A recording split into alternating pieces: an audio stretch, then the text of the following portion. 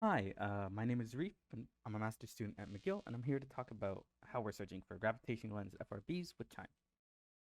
So first, as an introduction to this topic, let me introduce you to the basic idea of a gravitational lens FRB and how you would identify one. So first, we're saying that there's an FRB, and somewhere along the line of sight, there's a gravitational lens.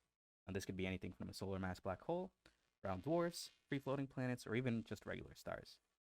Now this lens, what it's going to do is create two image copies of the electric field of the FRB that we at Chime would see as first a bright image appearing and then delayed in time another dimmer image appearing.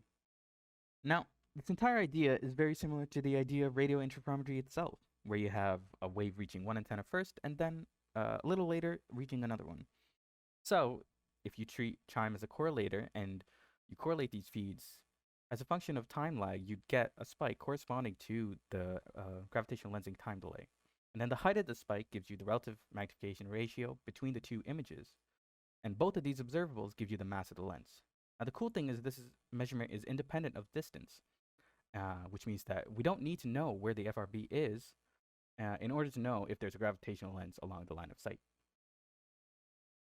Now, I want to highlight how this search differs from other gravitational lensing searches. So for starters, in the strong lensing case, you search for angularly resolved images of a background source in the night sky. Typically here, the lenses are galaxies and halos, which cause like time delays of months to years. But because our search involves using the electric field to look for an interferometric delay, we don't need images to be angularly resolved, only temporally resolved.